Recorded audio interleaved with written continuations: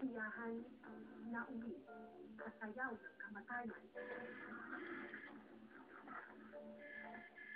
March 18, 1996, naganap ang isang trahedya sa Usong Disco. Isang trahedyang pumitil sa buhay ng mahigit 160 katao.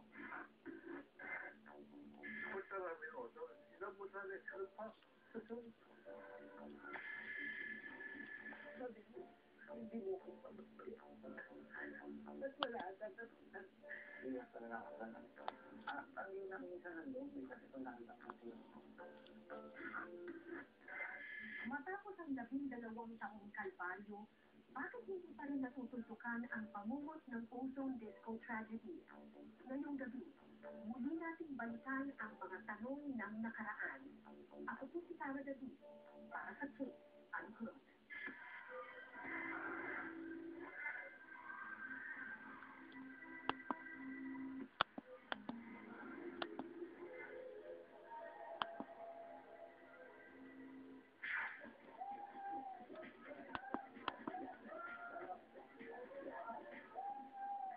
Bali, apat yung mag-birthday. Actually, ilang minutes na lang nasa ulo ko, mga 11 o 11:30 lang kalakang yung harap ng kararating ng namin kasi. This time, dumating kami, yung table na nakuha namin is directly across dun sa DJ school. That time, nakasign ako sa bar area. Kasi doon ang area na inassign sa akin. Parang bilang, natural na araw lang.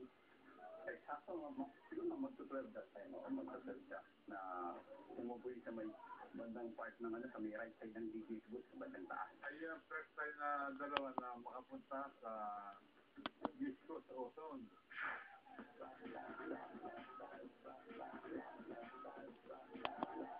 Kulong-kulo nga raw ang Ozone Disco noon. Di mahulugan ng karayyo. Piksika ng mahigit 300 katao sa maliit na dance floor. Dinumog ng mga estudyanteng bagong graduate ang disco. 50 pesos lang kasi ang entrance fee ng gabi iyon. Pero sino nga ba mag-aakalang ang gabi ng masayang sayawan, mauuwi pala sa impyernong kailan may di nila malilimutan. Nag-distansya niya kami neon. Umapoy siya. Umusok muna, tapos umapoy. Bigla siyang parang mahilat pataas. Hindi pinagsinan ba? Akala lang. Kasi talagang sa'yo lang sila ng sa'yo.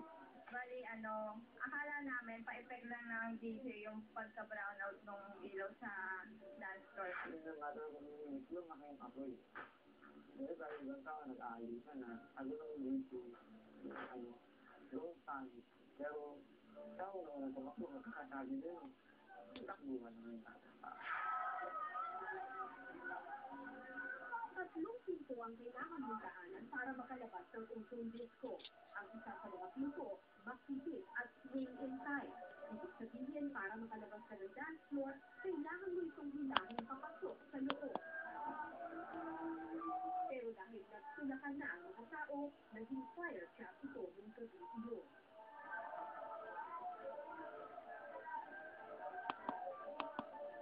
Dami na yun, nahatak ko sa pinto.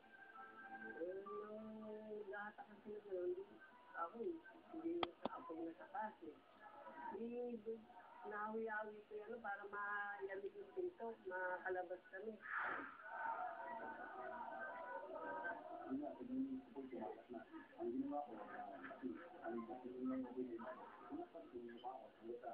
Kapag nakagaling nila ako, nakagaling ako. Wala akong ako. Yung isang lalaki ko nilang pinigit yung ayusin nila ako lakanda din sa akin. Yung nagpilit ako dumagat sa mga dito.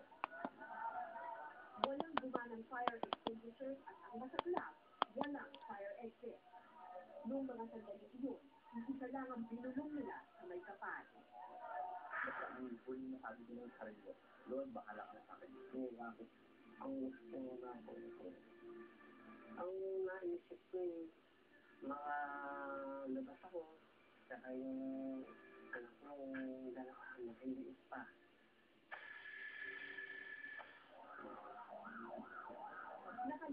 Ayon sa bihis ng kabatayan sina Redel at Wilfredo, 161 sa kanilang mga kasama ang nasunog sa ozone disco. Kasama ang mga kabataang di na nasilayan ang liwanag ng kinabukasan.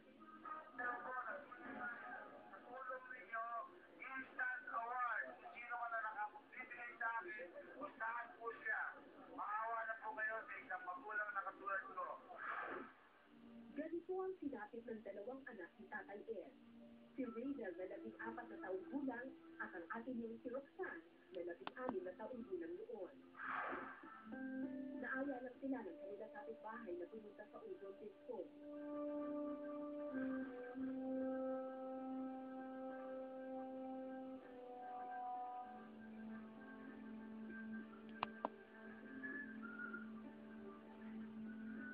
Punta namin ozone. Napunta namin siya pa. Ito. Kasi namin pumasok sa amin, pero hindi kayo makapasok eh. Doon kami nagkahanti, lugar kami noon. Hanggang yung ano namin, napatay na yung mga nakaloob.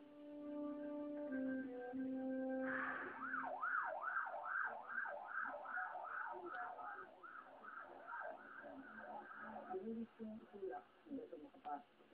Makapasok ko, dahil nga sa ano, mainit. Maraming patay. Ang kalita ko nga mga 40. Sabi ko, pero nung makapasok pa ako ng konti, nakita ko mga 3-4 na patong yung mga taong na namatay doon sa lagison.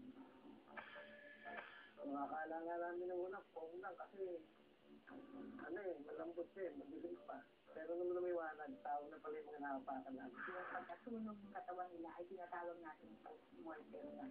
Kasi patay na sila, tuloy-tuloy pa rin yung apoy. So, nasusunog yung katawan.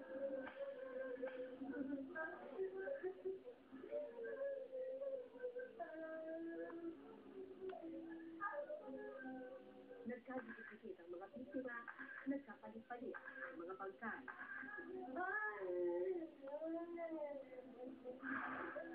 Tila isang balunggot ang paghahanap sa mga nawawalang anak, kapatid, tatay, asawa o kaibigan sa ozone disco. Yung pagkakahalo-halo, yun eh, yung kawalan ng sistema, na pagka meron kang hinahanap na kamag-anak mo, all you had to do was go to the particular funeral parlor and then point a finger at one body and then claim it. Daan-daang man ang namatay at nasugatan, walang sumako sa nangyaring insidente. Nanindigan ang mga may-ari na naroon silang ginoong mali.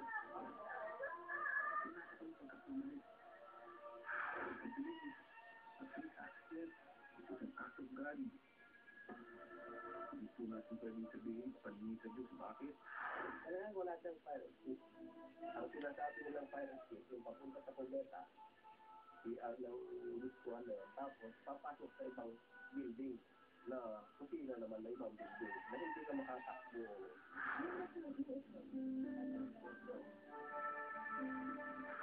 Nakaligtas man sa ozone disco tragedy sina Helen at Wilfredo, habang buhay silang nakagapos sa alaala ng gabing iyon. Nahihiya na akong malagdas sa tao. So, yung ako, yung sa lakas. Parang yung nakita ng Diyos, yung kasi kung nakita ng Diyos. 12 taon na nilipas. Pero para sa mga nakaligtas sa trahedya, parang kahapon lang ito sa kanilang alaala. At hindi pa tapos ang kanilang laban dahil hanggang ngayon, wala pang wakas ang ozone disco tragedy.